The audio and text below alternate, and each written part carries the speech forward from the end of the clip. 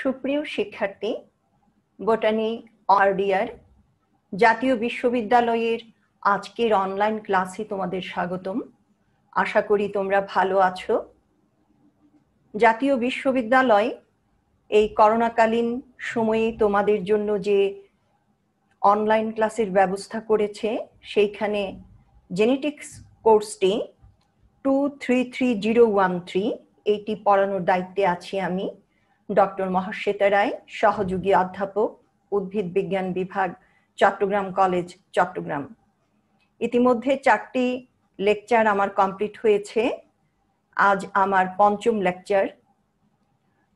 আমি আজ তোমাদেরকে জেনেটিক্স থেকে লিঙ্কেজ এবং ক্রসিং ওভার এই চ্যাপ্টারটি পড়াবো।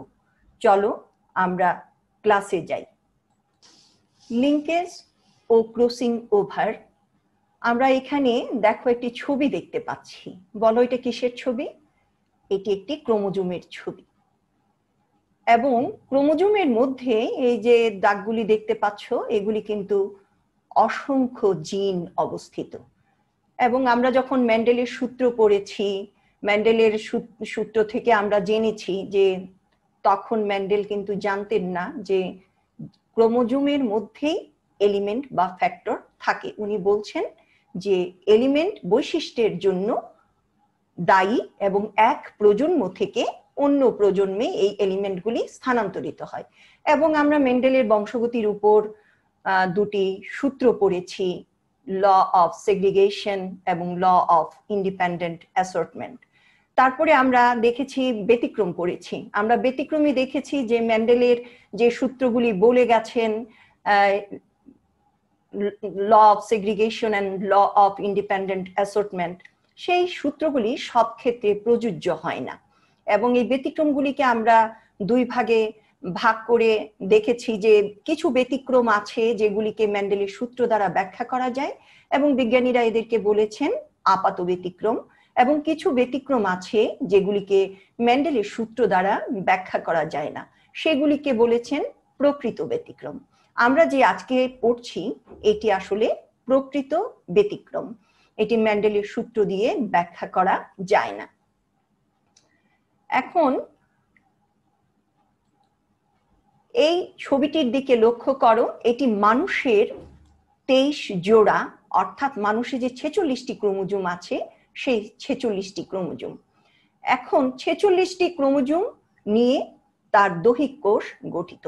কিন্তু যখন জনন কোষ তৈরি হয় তখন আমরা কি জানি? সেইখানে মিওসিস কোষ বিভাজন হয় এবং জনন মাতৃকোষটি বিভাজিত হয়ে 4টি অপত্য কোষ তৈরি করে। এবং সেইখানে আমরা দেখি যে গ্যামেটের মধ্যে ক্রোমোজোম সংখ্যা জনন মাতৃকোষের অর্ধেক থাকে। এবং এই যে মিওসিস বিভাজন হয় তখন ক্রোমোজোমগুলির কি ধরনের আচরণ হয় সেইটি আমরা আজকে লিঙ্কেজ এবং ক্রসিং ওভারের মাধ্যমে জানবো। গ্যামেট সৃষ্টির সময় কি ধরনের আচরণ করে ক্রোমোজোম। প্রথমেই ব্যাটসন এবং পানেট, ওনারা 1906 সালে মিষ্টি মটর, ল্যাথাইরাস অডোরেটাস, এই ধরনের দুটো ফুল নিয়েছেন ডাইহাইব্রিড ক্রস। মেন্ডেলের যে ডাইহাইব্রিড ক্রস, দুই ধরনের বিপরীত বৈশিষ্ট্য সম্পন্ন উদ্ভিদের মধ্যে সংকরায়নকে আমরা কি জানি? ডাইহাইব্রিড সংকরায়ন। ছবিটির দিকে খেয়াল করো, ওনারা এইরকম একটি বেগুনি ফুলের জন্য ক্যাপিটাল বি এবং লম্বা পরাগ যার জন্য ক্যাপিটাল এল, এটি হলো প্রকট জিন নিয়ন্ত্রিত দুটি বৈশিষ্ট্য। এবং আরো একটি প্রজনক যার মধ্যে আছে, এটি লাল রঙের, তার জন্য স্মল বি এবং রাউন্ড পোলেনের জন্য আছে স্মল এল। এইটি হলো রিসিসিভ বৈশিষ্ট্য এবং রিসিসিভ জিন দ্বারা নিয়ন্ত্রিত। এবং মেন্ডেলের সূত্র অনুসারেই যখন এদের মধ্যে সংকরায়ন করা হয় তখন বেটসন ও পানেট দেখলেন যে F1 প্রজন্মে সমস্ত গাছগুলি হলো বেগুনি এবং লম্বা পরাগরেণু। অর্থাৎ F1 প্রজন্ম মেন্ডেলের সূত্র মতোই হেটারোজাইগাসে প্রকট বৈশিষ্ট্যটি প্রকাশ পেল এবং প্রচ্ছন্ন বৈশিষ্ট্যটি অপ্রকাশিত ছিল। যখন ওনারা F2 প্রজন্ম করতে গেলেন তখন কিন্তু ভীষণ রকমের একটি ব্যতিক্রম লক্ষ্য করলেন। ওনারা দেখলেন যে F2 প্রজন্মে মেন্ডেলের সূত্রের অনুপাত ডাইহাইব্রিড ক্রসের ক্ষেত্রে আমরা কি দেখেছি, 9:3:3:1 রেশিও। কিন্তু ওনারা এখানে ভিন্ন রকমের রেশিও পেলেন, সেইটি ছিল 11:1:1:3। এবং এই যে 11 এসেছে সেইটি এসেছে কোন প্রজনক থেকে? যে প্রজনকে ক্যাপিটাল বি ক্যাপিটাল এল ছিল সেই প্রজনকের সংখ্যা ছিল সবচাইতে বেশি, এবং সবচাইতে আরেকটি প্রজনক যেটাতে প্রচ্ছন্ন ছিল তার সংখ্যা দ্বিতীয় বেশি। সেইখানে আমরা দেখি প্রচ্ছন্ন প্রজনক ছিল এইখানে 3 রেশিওতে, আর বাকি রিকম্বিনেন্ট ছিল মাত্র 1 এবং 1। এটি থেকে ব্যাটসন এবং পানেট বললেন যে ক্যাপিটাল বি এবং ক্যাপিটাল এল ওরা একই প্রজনকে আছে, কিন্তু ওদের মধ্যে কোনো সেগ্রিগেশন হয় নাই, অর্থাৎ পৃথকীকরণ ঘটে নাই। যদি পৃথকীকরণ ঘটতো ক্যাপিটাল বি এবং এল, তাহলে কি হতো, এইখানে এই প্রজনক এত বেশি আসতো না। অর্থাৎ ওদের এই রেজাল্ট থেকে ওনারা বললেন যে একই প্রজনক থেকে আগত দুইটি এলিল ক্যাপিটাল বি ও এল একই গেমিটে প্রবেশ করে এবং একই সাথে অধবংশে সঞ্চারিত হওয়ার প্রবণতা দেখায়। এবং একই সাথে ক্যাপিটাল বি ক্যাপিটাল এল এর মধ্যে সেগ্রিগেশন না হওয়ায় এই অধবংশে দেখা গেল এই প্রজনকের সংখ্যা সবচাইতে বেশি। তখন উনি এদের নাম দিলেন কাপলিং, অর্থাৎ যে জিনগুলি একই সাথে থাকার প্রবণতা দেখায় তাদেরকে নাম দিলেন কাপলিং। উনি আরেকটি টেস্ট করলেন, এই টেস্টটি আমরা একটু দেখি। এইখানে উনি দুটি প্রজনক বেছে নিলেন ওনারা, যে একটি প্রজনকে ক্যাপিটাল বি এবং স্মল এল, অর্থাৎ একটি বৈশিষ্ট্য ছিল প্রকট, আরেকটির জন্য দায়ী জিন ছিল প্রচ্ছন্ন। ঠিক উল্টা, অর্থাৎ হেটারোজাইগাস। এখানে ক্যাপিটাল এল ছিল প্রকট এবং স্মল বি ছিল প্রচ্ছন্ন, অর্থাৎ পরাগ রেণুটি আমরা দেখতে পাচ্ছি চেঞ্জ হয়ে গেছে, কালার ঠিক আছে আগের মতোই। এবং তা থেকে F1 এ যে প্রজন্ম তৈরি হলো সেইখানে ওনারা দেখলেন মেন্ডেলের সূত্র অনুসরণ করে। কিন্তু যখন টেস্ট ক্রস করানো হলো রিসেসিভ প্যারেন্টের সাথে, তখন আমরা ডাইহাইব্রিড ক্রসের ক্ষেত্রে মেন্ডেলের কি দেখেছিলাম? তোমাদের নিশ্চয়ই মনে আছে যে ডাইহাইব্রিড ক্রসে আমরা দেখেছিলাম মেন্ডেলের টেস্ট ক্রস রেশিও ছিল 1:1:1:1, অর্থাৎ যে 4 ধরনের অপত্য বংশ তৈরি হবে এবং এদের অনুপাত থাকবে সমান। কিন্তু এখানে ব্যাটসন এবং পানেট লক্ষ্য করলেন যে এই অনুপাতের প্রচন্ড পরিবর্তিত হয়ে গিয়েছে এবং এটা হয়েছে 1:7:7:1, এবং এই অনুপাতটি থেকে ওনারা তখন বললেন যে ভিন্ন প্রজনক থেকে আগত দুইটি allele capital B capital L ভিন্ন গেমিটে প্রবেশ করে। যারা ভিন্ন গেমিটে ছিল ওরা ভিন্ন গেমিটে প্রবেশ করে এবং আলাদাভাবে অধবংশে সঞ্চারিত হওয়ার প্রবণতা দেখায়। একে নাম দিলেন রিপালশন। আমরা কাপলিং এবং রিপালশন ব্যাটসন এবং পানেটের এই এক্সপেরিমেন্ট থেকে জানলাম। এখন আমরা দেখি যে মর্গান 1910 উনি ব্যাটসন যে কাপলিং এবং রিপালশন মতবাদ দিয়ে গেছেন, উনি বলছেন এটি আসলে একটি ঘটনার দুটি অবস্থা, এবং এই কাপলিং এবং রিপালশনকে তিনি এক কথায় বললেন এটি হলো লিঙ্কেজ। এবং লিঙ্কেজের সংখ্যাটি তখন কি দাঁড়ালো, যে যখন 2 বা ততোধিক জিন একই ক্রোমোজোমে তারা থাকে তখন একই সাথে ওরা পরবর্তী প্রজন্মে সঞ্চারিত হওয়ার প্রবণতা দেখায়, এবং একেই বলা হয় লিঙ্কেজ। এইখানে আমরা লিঙ্কেজটি আরো ভালো করে বুঝবো।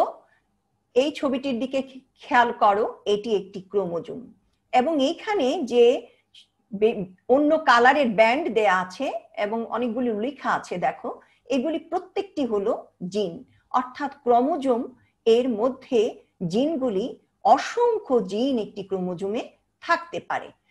আমরা একটু এখানে খেয়াল করি, এই দুটো হলো homologous chromosome, A B C D এইরকম করে আই জে এল, এই যে একই ক্রোমোজোমে প্রত্যেকটি হলো একটি জিন, এ একটি জিন, বি একটি জিন, সি একটি জিন, এরকম প্রত্যেকটি জিন। এই প্রত্যেকটি জিন কি হয়েছে, ওরা একই ক্রোমোজোমের মধ্যে থেকে ওরা একটা দল গঠন করেছে, অর্থাৎ গ্রুপ গঠন করেছে। এবং এই গ্রুপ বা দল ওরা কি হয়, যখন গ্যামেট তৈরি হয় তখন কিন্তু ওরা একসাথে যাওয়ার প্রবণতা দেখায়। তাহলে এই জায়গা থেকেই এই জিনগুলিকে, যে জিনগুলি একই ক্রোমোজোমে থেকে একটি দল গঠন করে, তাদেরকেই বলা হয় লিঙ্কেজ গ্রুপ। এবং লিঙ্কেজ গ্রুপ ভুক্ত প্রত্যেকটি জিনকে বলা হয় লিঙ্কড জিন। তাহলে আমরা এখানে কি দেখতে পাই, এ একটি লিঙ্কড জিন, বি একটি লিঙ্কড জিন, সি একটি, ডি একটি, এগুলি প্রত্যেকটি হলো একটি একটি লিঙ্কড জিন। তাহলে নিচেরটাতে কি হবে, এটাও তো হোমোলোগাস ক্রোমোজোম, এইখানে ওরা একটি দল গঠন করে এবং ওরা এই স্মল বি, স্মল এ, স্মল বি প্রত্যেকটি একটি লিঙ্কড জিন। এবং এই লিঙ্কড জিনগুলি কি হয়, যে ক্রোমোজোমের মধ্যে আমরা দেখতে পাই যে লিঙ্কড জিনের সংখ্যা এই ক্রোমোজোমের সংখ্যার চেয়ে অনেক বেশি থাকে। যেমন গেমেটের মধ্যে আমরা দেখি যে মানুষের ক্ষেত্রে 23 জোড়া ক্রোমোজোম আছে এবং তার গেমেটে হ্যাপ্লয়েড সংখ্যক ক্রোমোজোম যায়। অর্থাৎ এই যে 23 জোড়া ক্রোমোজোম থেকে 23টি ক্রোমোজোম গেমেটে যায়, সেই 23টি ক্রোমোজোমের প্রত্যেকটি এক একটি লিঙ্কেজ গ্রুপ। তাহলে মানুষে লিঙ্কেজ গ্রুপের কয়টি লিঙ্কেজ গ্রুপ আছে, যেহেতু 23টি ক্রোমোজোম, তাহলে মানুষের লিঙ্কেজ গ্রুপ হয় 23টি। তেমনি ড্রোসোফিলার হলো গ্যামেটের মধ্যে হ্যাপ্লয়েড নাম্বার হলো 4, তাহলে তার লিঙ্কেজ গ্রুপ হলো 4। এইভাবে এই লিঙ্কড জিনগুলিকে আমরা দেখি যে একই সাথেই ওরা পরবর্তী প্রজন্মে ইনহেরিট করে। তাহলে আনলিঙ্কড জিন বললে আমরা কি বুঝি? আনলিঙ্কড জিন বললে আমরা বুঝি, দেখো এই দুটো হলো হোমোলোগাস ক্রোমোজোম, কাজেই এ এবং বি একটি অন্যটির লিঙ্কড জিন, কিন্তু এ এবং সি এটি ভিন্ন ক্রোমোজোমে, কাজেই ভিন্ন ক্রোমোজোমের জিনকে বলা হয় আনলিঙ্কড জিন। ক্রোমোজোম থিওরি অফ লিঙ্কেজ, এটি মর্গান এবং ক্যাসেল ওনারা এই থিওরিটি দেন ক্রোমোজোমের লিঙ্কেজের উপর। এই থিওরিটিতে বলা হয় যে লিঙ্কড জিনগুলি একই ক্রোমোজোমে অবস্থিত। উপরের ছবিটাতে দেখো প্রত্যেকটি একটি জিন, যতগুলি কালার আছে, হ্যাঁ লিঙ্কড জিনগুলি আমরা আগেও দেখলাম যে একই ক্রোমোজোমে লিঙ্কড জিনগুলি অবস্থিত। লিঙ্কড জিনগুলি ক্রোমোজোমে লিনিয়ার অর্ডারে থাকে, রৈখিক সজ্জায় বা লিনিয়ার অর্ডারে সজ্জিত থাকে, সেইটিও আমরা দেখতে পাচ্ছি। ক্রোমোজোমে লিঙ্কড জিনগুলির মধ্যবর্তী দূরত্বের উপর লিঙ্কেজের শক্তিমাত্রা নির্ভর করে। কাছাকাছি অবস্থিত জিনগুলির লিঙ্কেজ শক্তিশালী আর দূরে অবস্থিত জিনগুলির লিঙ্কেজ দুর্বল। এই কথাটির অর্থটি একটু তোমাদের বুঝতে হবে। যেমন দেখো এইখানে এই একটি জিন, এইখানে এই আরেকটি জিন, তাহলে ওদের দূরত্ব যদি বেশি হয় তাহলে তাদের মধ্যে লিঙ্কেজ বল কম, আর লিঙ্কেজ বল কম হলে সেইখানে কি হয়, ক্রসিং ওভার হওয়ার সম্ভাবনা থাকে এবং রিকম্বিনেন্ট তৈরি হয়। কিন্তু যত কাছাকাছি জিনগুলি থাকে তাদের মধ্যে লিঙ্কেজ প্রচন্ড থাকে বলে লিঙ্কেজ বল বেশি, অর্থাৎ যত কাছে থাকবে লিঙ্কেজ বল তত বেশি হবে, যত দূরে থাকবে তত তাদের মধ্যে লিঙ্কেজ বল কম থাকবে। লিঙ্কেজের আরো কিছু বৈশিষ্ট্য আছে, যেমন লিঙ্কড জিনগুলি সিস ট্রান্স সজ্জায় অবস্থান করে। আমরা এই কনফিগারেশনের দিকে তাকাই, এটাকে বলে সিস কনফিগারেশন। এই দুটো হলো হোমোলোগাস ক্রোমোজোম এবং capital A, capital B, capital A, capital B, এই এটা 4টা স্ট্যান্ড দেওয়া হয়েছে, এটা একটাই ক্রোমোজোম, এইটি আরেকটি ক্রোমোজোম। তাহলে দেখা যাচ্ছে প্রকট জিনগুলি যদি একই ক্রোমোজোমে থাকে আর প্রচ্ছন্ন জিনগুলি যদি আরেকটি ক্রোমোজোমে থাকে হোমোলোগাস ক্রোমোজোমের, তখন তাকে বলে সিস কনফিগারেশন। এবং সিস কনফিগারেশন হলেও আমরা দেখি যে প্যারেন্টাল কি হয়, প্যারেন্টাল গ্যামেটস তৈরি হয়, প্যারেন্টালের মতো গ্যামেট তৈরি হয় এবং রিকম্বিনেশন গ্যামেটও 50% তৈরি হয়। আবার ট্রান্স কনফিগারেশন যদি আমরা দেখি, তখন দেখি যে একটি ক্রোমোজোমের মধ্যে প্রকট জিনও আছে, প্রচ্ছন্ন জিনও আছে। আবার হোমোলোগাস অন্য ক্রোমোজোমের মধ্যেও একটি প্রচ্ছন্ন এবং একটি প্রকট, এই ধরনের যদি বিন্যাস হয় তাকে বলে ট্রান্স কনফিগারেশন। এবং ট্রান্স কনফিগারেশনেও আমরা দেখতে পাচ্ছি যে যে ধরনের প্যারেন্টে ছিল সেই প্যারেন্টাল অনুপাত আসছে এইখানে 50 এবং এই রিকম্বিনেশনাল অনুপাত এসেছে 50। আমরা আরেকটি জিনিস জানি যে মেন্ডেল এর সূত্র, এই লিঙ্কেজ মেন্ডেলের সূত্র মেনে চলে না, এবং আমি প্রথমেই তোমাদেরকে বলেছি যে এটি হলো মেন্ডেলের প্রকৃত ব্যতিক্রম। মেন্ডেলের সূত্র দিয়ে এটিকে ব্যাখ্যা করা যায় না। এবং লিঙ্কেজের ফলে উৎপন্ন যে প্রজন্ম হয়, অর্থাৎ যে অদবংশ তৈরি হয়, সেইখানে অদবংশে পিতা মাতার ন্যায় জীবের সংখ্যা বেশি থাকে, অর্থাৎ প্যারেন্টালের সংখ্যা অত্যন্ত বেশি হয় প্রজন্মে। লিঙ্কেজের প্রকারভেদ, কাইন্ডস অফ লিঙ্কেজ। লিঙ্কেজের এই প্রকারভেদ দুটো এক্সপেরিমেন্টের মাধ্যমে জানা যায়। একটিকে বলে কমপ্লিট লিঙ্কেজ এবং আরেকটিকে বলে ইনকমপ্লিট লিঙ্কেজ। আমরা কমপ্লিট লিঙ্কেজটি আগে বুঝে নিই। কমপ্লিট বুঝাইলেই তো বোঝা যাচ্ছে যে সম্পূর্ণ লিঙ্কেজ, অর্থাৎ লিঙ্কড জিনগুলি যদি যে ক্রোমোজোমে যে জিনগুলি আছে সেই জিনগুলিকে বলে লিঙ্কড জিন, এবং এই জিনগুলি যদি একই সাথে পরবর্তী গ্যামেটে যায় এবং তখন তাকে বলা হয় সম্পূর্ণ লিঙ্কেজ। আমরা এখানে গ্রে বডি একটি বৈশিষ্ট্য এবং রেড আই, বডির কালার এবং চোখের কালার, এরকম দুটি বৈশিষ্ট্য নিয়ে একটি ড্রসোফিলা যাদের জিনোটাইপ হলো ক্যাপিটাল আর ক্যাপিটাল জি অর্থাৎ ডমিনেন্ট, এবং আরেকটি ব্ল্যাক বডি পার্পল আই। এইখানে দেখা যাচ্ছে যে স্মল আর স্মল জি নিয়ন্ত্রিত। এই যে স্মল আর স্মল জি, এইটি প্রচ্ছন্ন বৈশিষ্ট্য। তাহলে প্রকট বৈশিষ্ট্যটি প্রচ্ছন্ন বৈশিষ্ট্যকে বাধা দিবে F1 এ, এবং F1 প্রজন্মে প্রকট প্রচ্ছন্নকে বাধা দিয়ে যেটা হলো সেটা হলো যে গ্রে বডি রেড আই, কিন্তু হেটারোজাইগাস অবস্থায়।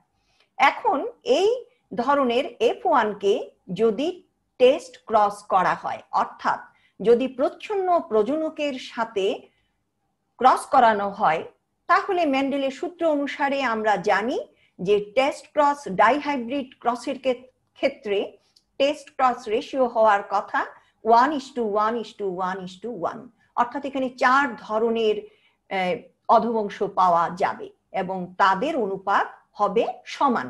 কিন্তু আমরা এই জায়গায় টেস্ট ক্রসের ক্ষেত্রে দেখতে পাই যখন রিসিসিভ টেস্ট ক্রস করানো হয়েছে তখন দেখা গেল 2 ধরনের প্রজন্ম তৈরি হয়েছে এবং দুটি প্যারেন্টাল, অর্থাৎ ক্যাপিটাল আর ক্যাপিটাল জি, এইটি একই, এই জিনগুলি যে জায়গায় যে গ্যামেটে ছিল ওদের সেগ্রিগেশন হয় নাই, যার কারণে 4 ধরনের গ্যামেটের পরিবর্তে এইখানে 2 ধরনের গ্যামেট তৈরি হয়েছে, এবং এই 2 ধরনের গ্যামেটের মিলনের ফলে 2 ধরনের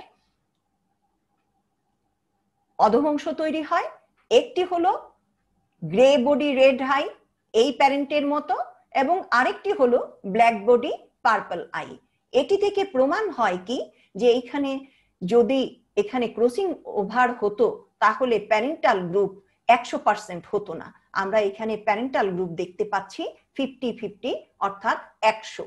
তার মানে এখানে কোনো ধরনের ক্রসিং ওভার হয় নাই এবং কোনো ধরনের রিকম্বিনেন্ট অধবংশ তৈরি হয় নাই।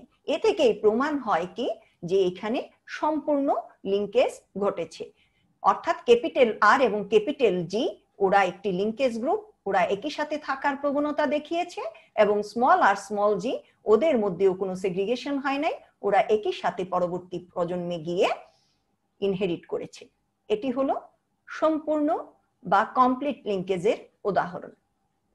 এখন আমরা এই সব সময় যে 100% প্রজন্ম সেইটি কিন্তু পাওয়া যায় না। যেমন হাচিনসন উনি ভুট্টার দানার দু ধরনের ক্যারেক্টার নিয়ে উনি একটি গবেষণা করেন, যেখানে ছিল কালার্ড ফুল অর্থাৎ বর্ণযুক্ত এবং পূর্ণ। তাহলে এখানেও দুইটি বৈশিষ্ট্য খেয়াল করো শিক্ষার্থীরা, একটি হলো বর্ণ এবং একটি হলো তার গোলাকার, আরেকটি হলো কালারলেস বর্ণহীন, এটাকে আর শানকেন কুঞ্চিত।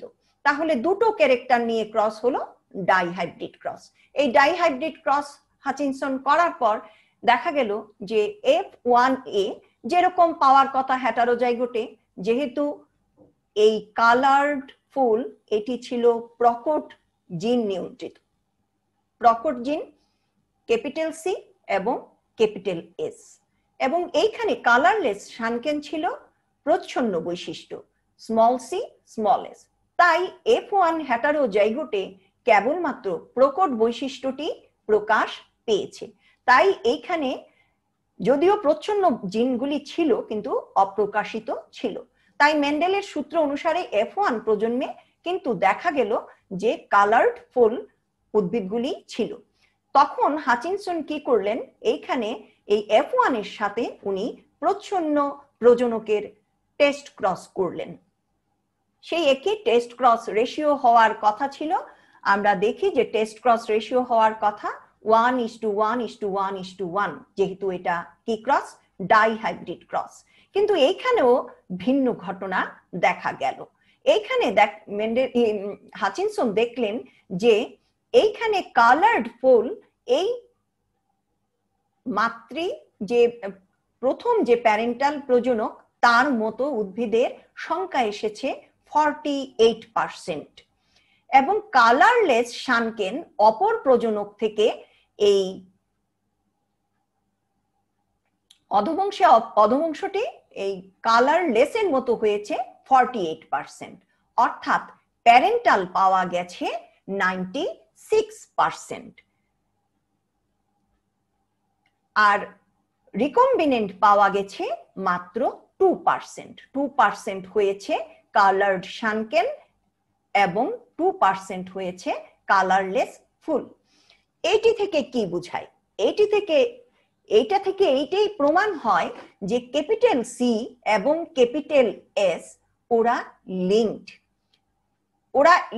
লিঙ্কড ছিল, এবং ওদের এই স্মল সি স্মল এস ওরাও লিঙ্কড জিন, এবং ওদের এই সেগ্রিগেশনটি না হওয়ায় এই 96% প্যারেন্টাল তৈরি হয়েছে, এবং কেবলমাত্র খুব 2% অর্থাৎ এখানে 4% ওদের মধ্যে ক্রসিং ওভার হয়েছে, এবং এই ক্রসিং ওভার হওয়ায় ওদের মধ্যে জিনগুলির পুনর্বিন্যাস ঘটেছে। অর্থাৎ ক্যাপিটাল সি এর সাথে আমরা দেখি স্মল এস এসেছে এবং স্মল সি এর সাথে ক্যাপিটাল এস এসেছে। তাহলে সেগ্রিগেশন হয়েছে খুব কম 4%, এবং রিকম্বিনেন্ট শ্রেণীও পাওয়া গেছে কম, অর্থাৎ এখানে সম্পূর্ণ লিঙ্কেজ হয় নাই। সম্পূর্ণ লিঙ্কেজ হলে প্যারেন্টাল গ্রুপ হতো 100, আমরা এখানে কত দেখি প্যারেন্টাল গ্রুপ 96 এবং 4% এসেছে রিকম্বিনেন্ট। এইখান থেকে বোঝা যায় যে এইখানে সম্পূর্ণ লিঙ্কেজ হয় নাই, অর্থাৎ ক্যাপিটাল সি ক্যাপিটাল এস এবং স্মল সি স্মল এস এই যে জিনগুলো এইগুলো লিঙ্কেজ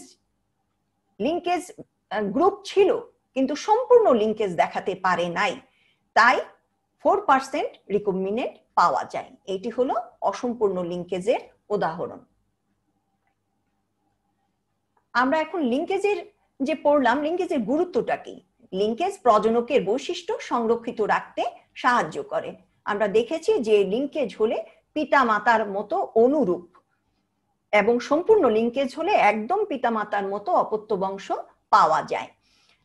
আর আরেকটি কথা হলো যে লিঙ্কেজ একজন গবেষককে তার সংকরায়ন এবং নির্বাচন পদ্ধতি নির্ধারণে যথেষ্ট সহায়তা করে। একজন গবেষক তার সংকরায়ন কালে যদি লিঙ্কেজ থাকে তখন একরকম ডিসিশন নেবেন, আর যদি লিঙ্কেজ না থাকে, সেগ্রিগেশন হয়, তখন আরেক রকম ডিসিশন নেবেন, নিয়ে উনি তার রিসার্চ কাজটি করতে পারেন। কাজেই এটি একটি অত্যন্ত গুরুত্বপূর্ণ ভূমিকা রাখে। এখন আমরা আসি ক্রসিং ওভার। ক্রসিং ওভার এটির প্রথম যে কোষ বিদ্যাগত প্রমাণ সেটি দেন বারবারা ম্যাকক্লিনটক এবং তার সহযোগী 1931 সালে ভুট্টায়। এবং ওনারা দেখেন যে ভুট্টার 9 নাম্বার ক্রোমোজোমের মধ্যে সাধারণত কোনো নব থাকে না, কিন্তু একটি বিশেষ টাইপের ভুট্টায় মধ্যে দেখা গেল যে একটি অন্য এক ধরনের ভুট্টার মধ্যে যে 9 নম্বর ক্রোমোজোমের মধ্যে একটি নব পাওয়া গেছে। তখন ম্যাকক্লিনটক এই গবেষণায় জানলেন যে এই যে 9 নাম্বার ক্রোমোজোমের নবটি তৈরি হয়েছে সেইটি আসলে 8 নাম্বার ক্রোমোজোম থেকে ট্রান্সলোকেশনের ফলে এইখানে যুক্ত হয়েছে। এবং ফার্দার গবেষণা করে উনি এইটাই প্রমাণ করলেন যে এইখানে ক্রসিং ওভার বিদ্যমান ছিল।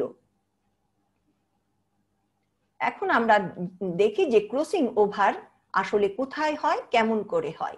ক্রসিং ওভারের এই কি ধরনের স্ট্র্যান্ডের মধ্যে ক্রসিং ওভার হয় ক্রোমোজোমের, সেইটা নিয়ে মর্গান এবং মর্গানের স্ত্রী এলভি মর্গান ওনারা দুইজনে বলেন যে ক্রসিং ওভার হয় আসলে ক্রোমোজোমের 4টি স্ট্র্যান্ড, 4 স্ট্র্যান্ড অবস্থায়। এখানে খেয়াল করো তোমরা, আমরা এখানে ক্রোমোজোমের 4 স্ট্র্যান্ড অবস্থা দেখতে পাচ্ছি। এই দুটি হলো হোমোলোগাস ক্রোমোজোম, এবং এই হোমোলোগাস ক্রোমোজোমের এই মাঝখানের এই জায়গাটিকে বলে সেন্ট্রোমিয়ার। সেন্ট্রোমিয়ারের উপরের 2টা বাহু এবং নিচের দিকে 2টা বাহু থাকে। তাহলে এই একই রকম দুটি বাহুকে ক্রোমোজোমের বলা হয় সিস্টার ক্রোমাটিড। তাহলে এটার সিস্টার ক্রোমাটিড, আবার সাদাটির সিস্টার ক্রোমাটিড। কিন্তু এই কালো এবং সাদা একটিকে অন্যটির বলা হয় নন সিস্টার ক্রোমাটিড। এবং দেখা গেল যে যখন গ্যামেট তৈরি হয় মিওসিস, এটা মিওসিস কোষ বিভাজন প্রক্রিয়া, তখন মিওসিস কোষ বিভাজন প্রক্রিয়ায় আমরা ক্রসিং ওভারটি, এটা আমরা আগেও জেনেছি যে ক্রসিং ওভার হয়। এই মিওসিস কোষ বিভাজন প্রক্রিয়ায় নন সিস্টার ক্রোমাটিডের মধ্যে এই ক্রসিং ওভারটি দেখা যায়, এবং এইটি দেখা যায় প্রোফেজ 1 এর প্যাকাইটিন উপদশায়। প্যাকাইটিন উপদশায় দেখা যায় যে এরকম নন সিস্টার ক্রোমাটিডের মধ্যে এক্স আকৃতি গুণ চিহ্নের মতো কায়াজমা ফর্ম করে। এই কায়াজমা গুণ আকৃতির কায়াজমা ফর্ম করে এই জায়গাটিকে তাহলে তখন বলে কায়াজমা। কায়াজমার স্থানে কি হয়, এই অংশের বিনিময় ঘটে, এবং এই কায়াজমা যখন তৈরি হয় তখন ক্রসিং ওভার হয়। এই জায়গায় একটি যে ক্রসিং ওভার যে হয় সেইখানে স্টার্ন এবং হোট্টা দুজন বিজ্ঞানী ওনারা বলেছেন যে এই ক্রসিং এই নন সিস্টার ক্রোমাটিডের এই কায়াজমা ফর্মেশন হওয়ার আগে ওদের মধ্যে অ্যান্ডোনিউক্লিয়েজ নামক এক ধরনের নিউক্লিয়েস এনজাইম আছে। ওরা কি করে, ওরা স্টেমটাকে ভেঙে দেয়, নিক তৈরি করে, এবং পরবর্তীতে লাইগেজ নামক এনজাইম এই একটি নিকের সাথে ভাঙা অংশের সাথে অন্য ক্রোমোজোমের ভাঙা অংশকে জোড়া দেয়। তাহলে এই ক্রসিং ওভারের এখানে প্রথমে নিক তৈরি হয়, কায়াজমার এই জায়গায় নিক তৈরি হয়, এবং এইটার সাথে এই ক্রোমোজোমের কালোটার সাথে সাদা অংশ এবং সাদাটির সাথে কালো অংশের বিনিময় ঘটে, এবং এই বিনিময়কেই বলা হয় ক্রসিং ওভার। তাহলে ক্রসিং ওভারের আমরা সংজ্ঞাটি জানি যে মিওসিস কোষ বিভাজনের প্রোফেজ 1 এর প্যাকাইটিন উপদশায় হোমোলোগাস ক্রোমোজোমের নন সিস্টার ক্রোমাটিডের মধ্যে অংশের বিনিময়কে বলে ক্রসিং ওভার। এখন আমরা এই মেকানিজমটা একটু দেখে নিই যে ক্রসিং ওভারের মেকানিজমটা কি। প্রথমে প্রোফেজ 1 এর যে 5টি উপধাপ আছে সেই ছবিটা তোমরা দেখতে পাচ্ছ। প্রথমে ডিএনএ ডুপ্লিকেশন হয় এবং এই দুটি হলো হোমোলোগাস ক্রোমোজোম। এই ডুপ্লিকেশনের পর আমরা দেখতে পাচ্ছি ল্যাপ্টোটিন উপপর্যায়ে, এরপরে আমরা জাইগোটিন উপপর্যায়ে দেখতে পাচ্ছি যে এই হোমোলোগাস ক্রোমোজোমগুলি পরস্পর জোড়া বাঁধে। এই যে জোড়া বাঁধে, এই জোড়া বাঁধার প্রক্রিয়াকে বলা হয় সিনাপসিস। এবং এই জোড়া বাঁধার পরে এই নন সিস্টার ক্রোমাটিডের মধ্যে প্যাকাইটিন স্টেজে কি হয়, অংশের বিনিময় ঘটে, যাকে বলা হয় ক্রসিং ওভার। আমরা এখানে দেখতে পাচ্ছি যে অংশের বিনিময় ঘটছে এবং তারপর আমরা দেখি ডিপ্লটিন উপপর্যায়ে এই যে ক্রসিং ওভারে যেখানে কায়াজমা ফর্মেশন করে, সেই কায়াজমা ফর্মেশনের স্থানটি আস্তে আস্তে প্রান্তের দিকে সরতে থাকে। এইটাকে বলা হয় টার্মিনালাইজেশন। এবং এক সময়ে এই টার্মিনালাইজেশনের কাজটি সমাপ্ত হয় এবং অংশের বিনিময় হয়, অর্থাৎ দুটো হোমোলোগাস ক্রোমোজোমের মধ্যে অংশের বিনিময় ঘটে। আমরা এখানে ছবিতে দেখতে পাচ্ছি যে এখানে দেখো এই নীল রঙের সাথে এখানে গোলাপি রংটা এসেছে, পিঙ্ক, আবার এখানে গোলাপির সাথে এখানে নীলটা এসেছে, অর্থাৎ অংশের বিনিময় ঘটেছে। তাহলে এই যে মিওসিস প্রোফেজ 1-এই কিন্তু ক্রসিং ওভার সম্পন্ন হয়। ক্রসিং ওভারের প্রকারভেদ। ক্রসিং ওভারের সংগঠনের স্থান অনুসারে ক্রসিং ওভার দুই ধরনের হতে পারে, যেমন একটাকে বলছে সোমাটিক বা মাইটোটিক ক্রসিং ওভার এবং আরেকটিকে বলছে যে জার্মিনাল বা meiotic crossing over. Somatic crossing over বললেই আমরা বুঝতে পারছি যে সোমাটিক সেল বা দৈহিক কোষে ক্রসিং ওভার হয়। এটি কিন্তু খুব ব্যতিক্রম, এই ঘটনা সাধারণত ক্রসিং ওভার ঘটে না এবং এইটার জেনেটিক্যাল কোনো ভূমিকা নাই এই ধরনের সোমাটিক ক্রসিং ওভারের। কিন্তু আমরা দেখতে পাই যে কার্ট স্টার্ন উনি ড্রোসোফিলাতে এই সোমাটিক ক্রসিং ওভার দেখেছেন এবং প্যাটনে কার্ভো উনি এসপারজিলাস নিডুলান্স এই প্রজাতিতে এসপারজিলাসের এই ধরনের সোমাটিক ক্রসিং ওভার ওনারা লক্ষ্য করেন। তারপরে আসো জার্মিনাল বা মিওটিক ক্রসিং ওভার। এটা আমরা তো জানি যে জনন কোষ যখন তৈরি হয় সেই জনন কোষে মিওসিস প্রক্রিয়ায় তৈরি হয় এবং ওইখানে ক্রসিং ওভার ঘটে। এবং আমরা একটু আগে দেখেছি যে প্রোফেজ 1-এর প্যাকাইটিন উপদশায় ক্রসিং ওভার ঘটে এবং এই ক্রসিং ওভারের কিন্তু যথেষ্ট গুরুত্বপূর্ণ এবং অপরিসীম এই ক্রসিং ওভারটাই ঘটে থাকে। তাহলে আমরা আরেকটি ক্রসিং ওভার, তাহলে এখানে কোন কোষের মধ্যে ক্রসিং ওভার ঘটছে তার উপর ভিত্তি করে আমরা বলছি সোমাটিক এবং জার্মিনাল। আরেকটি হলো যে কায়াজমা ফর্মেশনের স্থান অনুসারে, অর্থাৎ কায়াজমা কয়টা তৈরি হয় তার উপর ভিত্তি করে according to the number of chiasma crossing over আবার তিন ধরনের হতে পারে। Single cross crossing over, double cross crossing over এবং ডাবল ক্রস ক্রসিং ওভারকে আরো দুটি ভাগে ভাগ করা যায়, রিসিপ্রোকাল কায়াজমা এবং কমপ্লিমেন্টারি কায়াজমা। আরেকটাকে বলছে মাল্টিপল ক্রসিং ওভার। আসো আমরা এগুলি একটু দেখি। সিঙ্গেল ক্রসিং ওভার, এটা থেকে বোঝাচ্ছে কি একটি কায়াজমা ফর্মেশন হবে। আমরা এখানে দেখতে পাচ্ছি যে হোমোলোগাস পেয়ার সিনাপসিস হলো এবং ক্রসিং ওভার হচ্ছে এবং এইখানে গুণ চিহ্নের মতো একটি কায়াজমা ফর্ম করেছে এবং এইখানে চার ধরনের যে গ্যামেট তৈরি হয়, দুই ধরনের গ্যামেটে প্যারেন্টাল এবং দুই ধরনের মধ্যে আমরা রিকম্বিনেন্ট দেখতে পাই। তাহলে সিঙ্গেল ক্রস ওভার একটি কায়াজমা হলে হয়।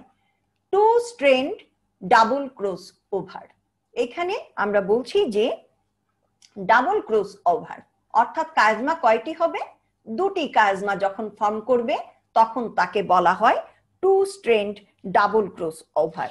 এই two strand double cross over আবার দেখো যে দুই ধরনের আমি বলেছিলাম, একটি বলেছিলাম যে রিসিপ্রোকাল কায়াজমাটা, আরেকটি হলো কমপ্লিমেন্টারি কায়াজমাটা। তোমরা খুব ভালো করে ছবিটির দিকে খেয়াল করো, কায়াজমাটা কিন্তু দুইটিই তৈরি, কায়াজমা এইখানে একটি এবং এইখানে একটি, দুই জায়গায় তৈরি হয়েছে। এবং কয় নাম্বার স্ট্র্যান্ড? 2 এবং 3, 1 2 3 4, 4-এর মধ্যে 2 এবং 3 কায়াজমা ফরমেশনে অংশ নিয়েছে। এবং আমরা দুই জায়গায় দেখতে পাচ্ছি যে প্রথম যে কায়াজমা ফরমেশন হয়েছে সেইখানে 2 এবং 3 স্ট্র্যান্ড অংশ নিয়েছে, এবং দ্বিতীয় যে কায়াজমা ফরমেশন হয়েছে সেইখানেও 2 এবং 3 স্ট্র্যান্ড অংশ নিয়েছে। অর্থাৎ আমি এখানে বলতে চাচ্ছি, যখন দুটি কায়াজমা যখন তৈরি হচ্ছে এবং প্রত্যেকটি কায়াজমার মধ্যে দুটি স্ট্র্যান্ডই অংশ নিচ্ছে, সেই ধরনের কায়াজমাকে বলা হয় কমপ্লিমেন্টারি কায়াজমা, অর্থাৎ একটি আরেকটির কমপ্লিমেন্ট। এইখানে এটাকে কমপ্লিমেন্টারি কায়াজমার ফলে যে গ্যামেট তৈরি হচ্ছে সেইখানে দেখো, সেইখানেও আমরা দেখতে পাচ্ছি যে ডাবল ক্রস ওভারের মাধ্যমে যদি দুইটি স্ট্র্যান্ডের মধ্যে ডাবল ক্রস ওভার হয় তাহলে প্যারেন্টাল টাইপ হয় দুইটা গ্যামেটের মধ্যে নন ক্রসওভার গ্যামেটস, এবং দুটো গ্যামেটের মধ্যে আমরা দেখি ডাবল ক্রসওভার গ্যামেটস, অর্থাৎ 50-50 আমরা দেখতে পাই। এখানে 2 স্ট্র্যান্ডটা আমি আগে বুঝিয়েছি, এখন দেখো 3 স্ট্র্যান্ড ডাবল ক্রসওভার, অর্থাৎ এখানে আমরা বলছি যে কায়াজমা কিন্তু দুই জায়গায় ফর্ম করেছে, কিন্তু স্ট্র্যান্ড হলো কয়টি? 3টি।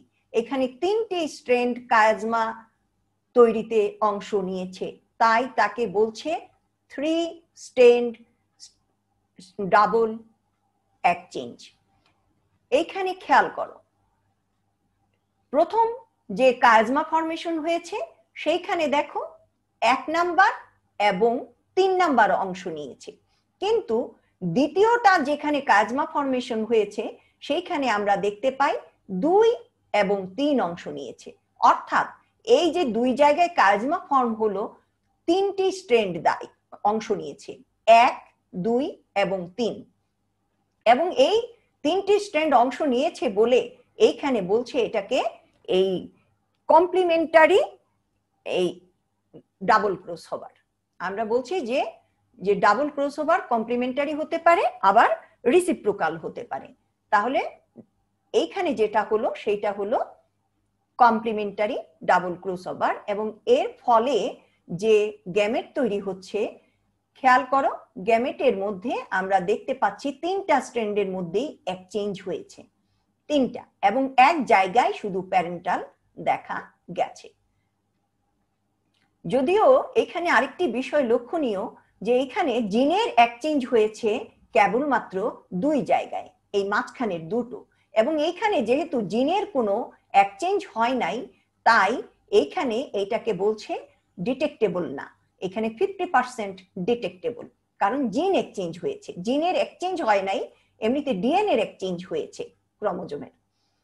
পরেরটি হলো 4 স্ট্র্যান্ড ডাবল এক্সচেঞ্জ, যে ক্রসওভারে দুটি কায়াজমা ফরমেশন হবে কিন্তু স্ট্র্যান্ড থাকবে 4টি, তাকে আমরা বলছি 4 স্ট্র্যান্ড ডাবল ক্রসওভার। এবং দেখো এখানে খেয়াল করো, 1-এর সাথে 4-এর একটি কায়াজমা ফরমেশন হয়েছে এবং 2-এর সাথে 3-এর আরেকটি কায়াজমা ফরমেশন হয়েছে। তার মানে কি 4টা স্ট্র্যান্ডই এখানে কায়াজমা ফরমেশনে অংশ নিয়েছে, একে বলা হয় কমপ্লিমেন্টারি।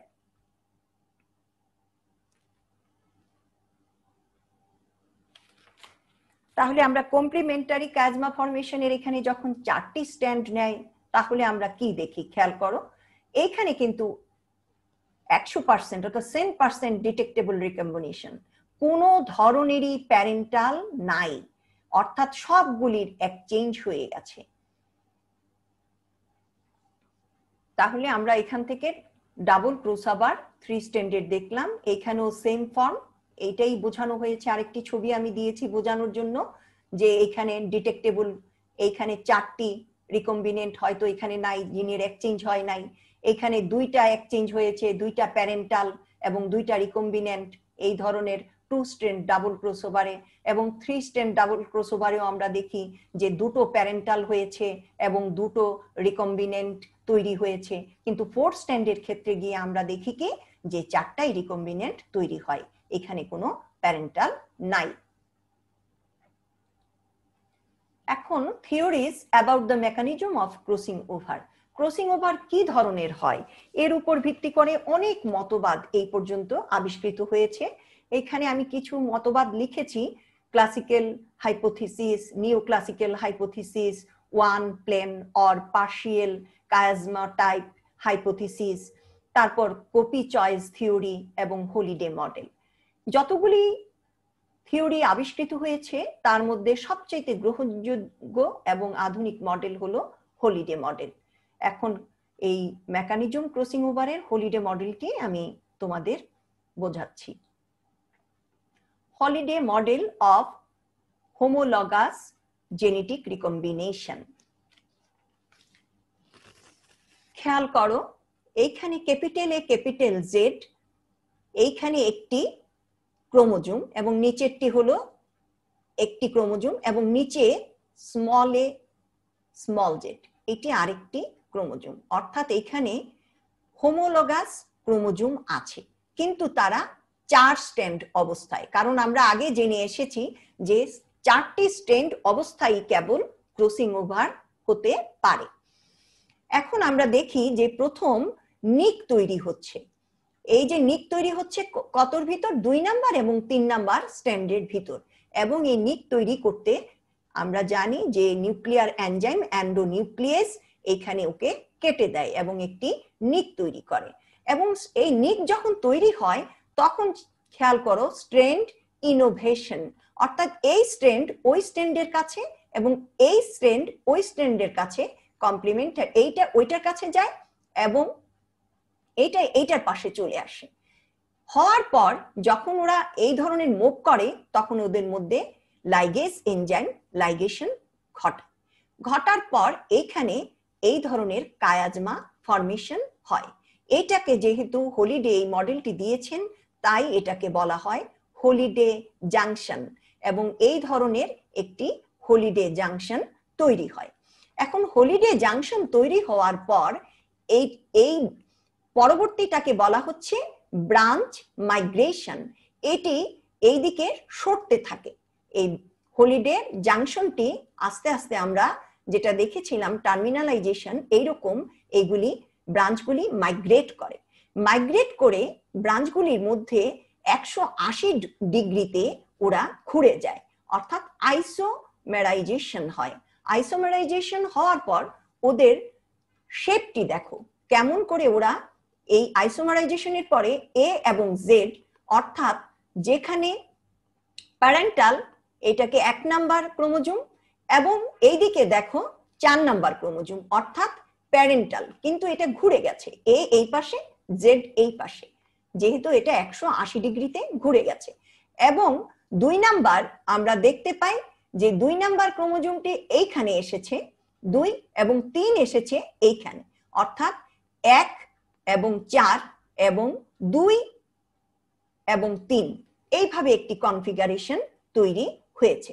এই কনফিগারেশন যখন তৈরি হলো তখন ওদের মধ্যে ব্রেকিং হয়। ব্রেকিং কিভাবে হতে পারে?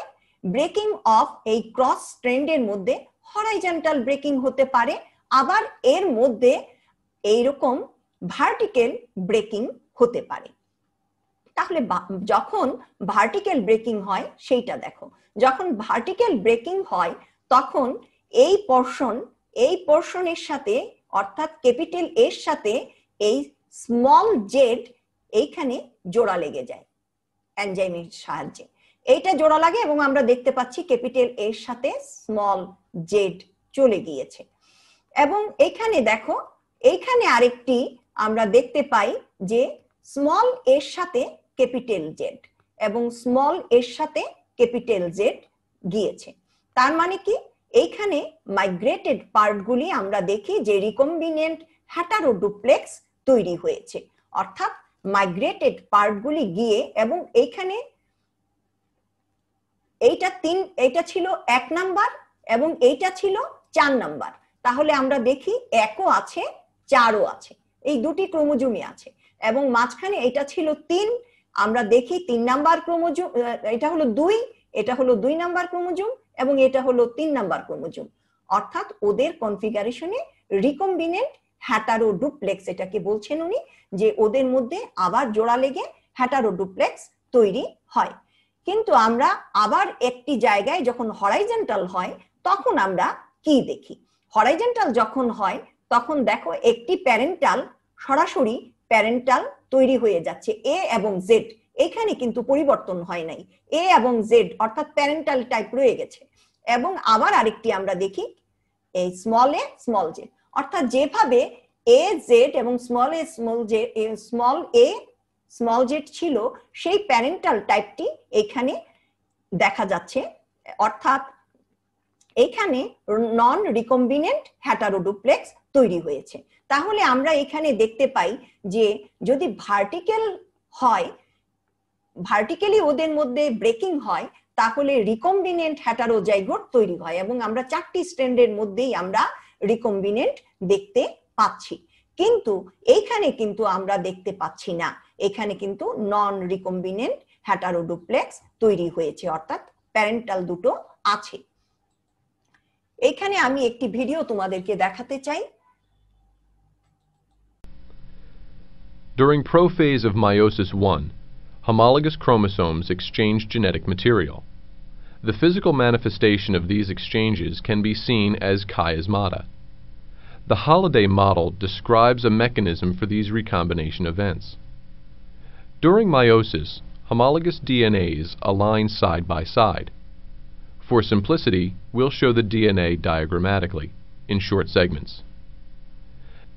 The adjacent strands of each DNA are aligned so they are parallel, that is, both in 5' to 3' direction. First, an endonuclease cuts a nick in the sugar phosphate backbone of the adjacent strands. The free ends are ligated to the homologous strands of the other chromosome, forming the characteristic X of the Holiday intermediate structure. This cross-bridge, or branch, can migrate between the chromosomes, transferring one strand of each DNA helix to the opposite chromosome. Now let's bend the structure so we can see how the recombination resolves. Then, let's rotate the bottom part around the branch point to eliminate the crossover in our diagram. Either pair of the resulting DNA strands can be cleaved and ligated. If we cut at 1 and 3, this is what we get. If instead we cut at 2 and 4, a different resolution results.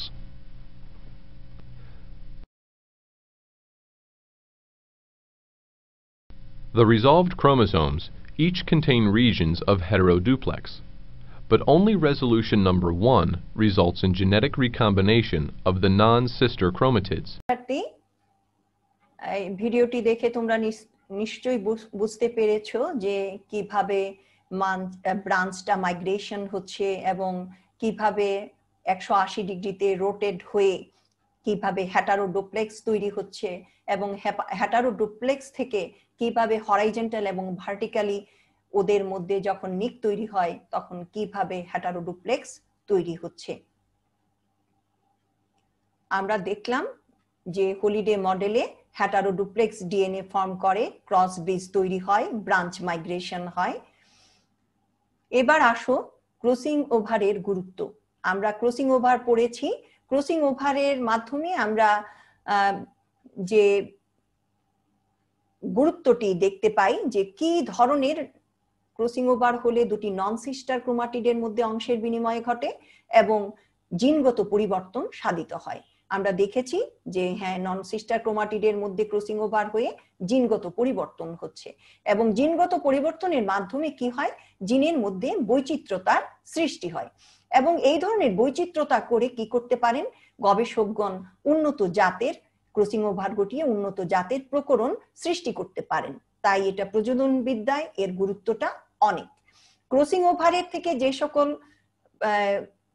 ফলে যেসব অপত্য বংশ তৈরি হয় ওদের কিন্তু অভিযোজনের অনেক অভিযোজন ক্ষমতা সম্পন্ন হয়। তাই বলা হয় ক্রসিং ওভার অভিযোজনের সহায়ক। ক্রসিং ওভারের শতকরা হার নির্ণয় করে কি করা যায়? ক্রোমোজোমে জিনের অবস্থান ও জিন ম্যাপ তৈরি করা যায় এবং জিন তাত্ত্বিক গবেষণায় ক্রসিং ওভার একটি আকর্ষণীয় বিষয়। এটি হলো ক্রসিং ওভারের গুরুত্ব। এখন difference between crossing over and linkage, এই ধরনের একটি প্রশ্ন তোমাদের থাকে।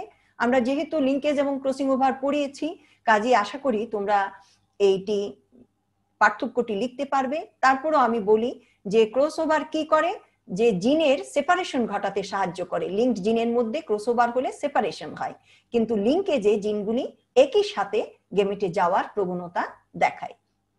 তারপরে আমরা দেখি যে ক্রস ওভার হলে অংশের নন সিস্টার ক্রোমাটিডের মধ্যে অংশের বিনিময় ঘটে এবং এখানে আমরা দেখি ইট ইনভলভস ইন্ডিভিজুয়াল ক্রোমোজোম। এখানে কোনো হোমোলোগাস ক্রোমোজোমের মধ্যে কোনো অংশের বিনিময় ঘটে না, ওরা ইন্ডিভিজুয়ালি ইনহেরিট করে গেমেটে। এবং ক্রস ওভার হলে frequency of crossing over can never exceed 50%। Crossing ওভারে 50% রিকম্বিনেন্ট পাওয়া যায়, কিন্তু the number of linkage group can never the more than haploid chromosome number. যে লিঙ্কেজ গ্রুপ যতটি থাকবে কখনোই এই হ্যাপ্লয়েড নাম্বারের সংখ্যার চেয়ে লিঙ্কেজ গ্রুপের সংখ্যা বেশি হবে না। অর্থাৎ আমি যে আগেও বলেছি তোমাদের যে ড্রসোফিলার হ্যাপ্লয়েড গ্যামেটে হ্যাপ্লয়েড ক্রোমোজোমের সংখ্যা হলো 4, তাহলে তার লিঙ্কেজ গ্রুপও 4, কখনোই এর চেয়ে বেশি হবে না। তারপরে crossing over it increases viability by forming new gene combination. এই যে নিউ জিন কম্বিনেশন হয় বলে এই যে অধবংশ তৈরি হয়, অপত্য বংশ, ওদের ভায়াবিলিটি ক্ষমতা খুব বেশি থাকে, অর্থাৎ অভিযোজন ক্ষমতাও খুব বেশি হয়। আর এখানে ইট রিডিউসেস লিঙ্কেজ, রিডিউসেস ভায়াবিলিটি, অর্থাৎ ভায়াবিলিটিটা ওরা কমিয়ে দেয়, অর্থাৎ অভিযোজন ক্ষমতা ওদের কম। এখন এখানে বংশগতি বিদ্যার এই বইগুলি আমি নামগুলি বারবারই দিচ্ছি, তোমরা যেন নামগুলি জানতে পারো। এখন আমি কিছু প্রশ্ন দিয়েছি, আজকের ক্লাস লেকচার থেকে তোমরা এই প্রশ্নগুলি আনসার করতে পারবে। ক্রসিং ওভারের তাৎপর্য লিখো। 2, একটি উদাহরণের সাহায্যে সম্পূর্ণ লিঙ্কেজ ব্যাখ্যা করো। আমরা সম্পূর্ণ লিঙ্কেজ এবং অসম্পূর্ণ লিঙ্কেজ দুটোই আসতে পারে, আমি তোমাদেরকে দিয়েছি। লিঙ্কেজ এবং ক্রসিং ওভারের মধ্যে পার্থক্য লিখো, এইটিও তোমাদেরকে দিয়েছি। লিঙ্কেজ ও ক্রসিং ওভার বলতে কি বোঝায় এবং একটি উদাহরণের সাহায্যে ব্যাখ্যা করো। এটি কোনটা হবে বলতো? যে অসম্পূর্ণ লিঙ্কেজ যেটা, সেইখানে আমরা একই সাথে লিঙ্কেজ এবং ক্রসিং ওভার একটি উদাহরণ দিয়েই দুইটি বোঝাতে পারবো। তারপর ক্রসিং ওভার সম্পর্কে হলিডে মডেল বর্ণনা করো, যেটি তোমাদের বর্ণনা করে দিয়েছি। সুপ্রিয় শিক্ষার্থী, আজকের ক্লাসটি আমি এখানেই শেষ করতে চাই। আশা করি তোমাদের ক্লাস লেকচারটি শুনে তোমরা উপকৃত হবে।